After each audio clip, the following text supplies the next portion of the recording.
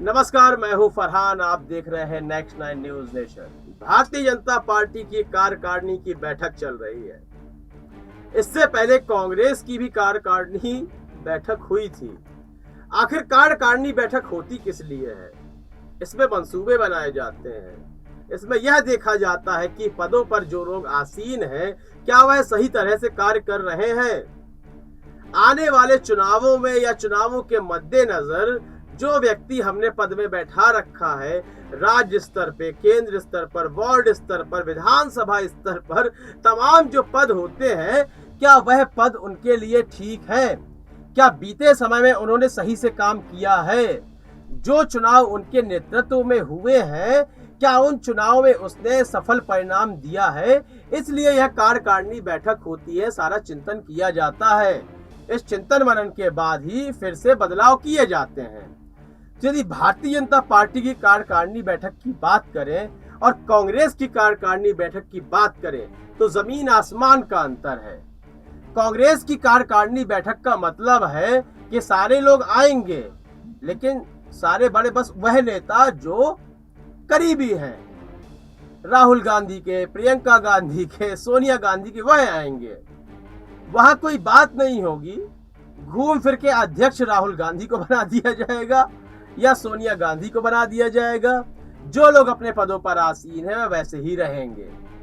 जिनसे मनमुटाव हो गया है, तो उन्हें हटा दिया जाएगा।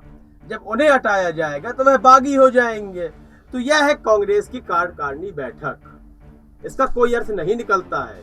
यह औपचारिक बैठक होती है बहुत ही। लेकिन देखिए, भारतीय जनता पार्टी की जो बैठक होती है, उसके वाकई में मायने होते हैं। वहां एक समीकरण बैठाया जाता है, वहां गणित लगाया जाता है, और वह लगाने के बाद यदि किसी को उसके पद से हटाया भी जाता है, तो वह इस बात का बुरा नहीं मानता।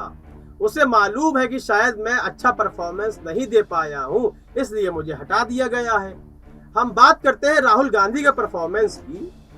2014 से अब तक 2022 तक उन्होंने कहां सफलता दिलवाई कांग्रेस को? कहीं भी नहीं। इसी तरह समाजवादी पार्टी में देखिए, अखिलेश यादव ने कहां सफलता दिलाई? कहीं भी नहीं। लेकिन आपको याद होगा, दिल्ली में जैसे ही भारतीय जनता पार्टी चुनाव हारती है, तो प्रदेश अध्यक्ष के पद से मनोज तिवारी को तुरंत हटा दिया जाता है। यह होती है बैठक, यह होते हैं समीकरण और गणित। महाराष्ट्र में देखें आप, जैसे ही एकनाथ शिंदे आते हैं, तो एकनाथ शिंदे को मुख्यमंत्री बना दिया जाता है और देवेंद्र फडणवीस बिना किसी रोष के, बिना किसी सवाल जवाब के डिप्टी सीएम बनने के लिए तैयार हो जाते हैं। इसे कहते हैं कार्यकारिणी बैठक, जहां वाकई में चिंतन मनन किया जाता है, जहां वाकई में यह सोचा जाता है कि आखिर पार्टी के लिए क्या सही है। प्रशांत किशोर के कहने के बाद भी कांग्रेस को अक्ल नहीं आई, बल्कि वो एक बड़े रणनीतिकार हैं। उसके बाद भी कांग्रेस उसी राह पर चलती रही। तो यहाँ यही बताना था कि कांग्रेस और भारतीय जनता पार्टी की कार्यकारिणी की बैठक में बहुत जमीन आसमान का अंतर है। कांग्रेस की कार्यकारिणी बैठक पहले से तय होती है, लेकिन भारतीय जनता पार्टी की कार्यकारिणी की बैठक वहां बैठकर समीकरणों के हिसाब से तय की जाती है कि क्या करना है। इस संबंध में अपनी राय अवश्य दें। कार्यक्रम को लाइक और शेयर करें, चैनल को सब्सक्राइब करें। तब तक के लिए इजाजत दीजिए। धन्यवाद।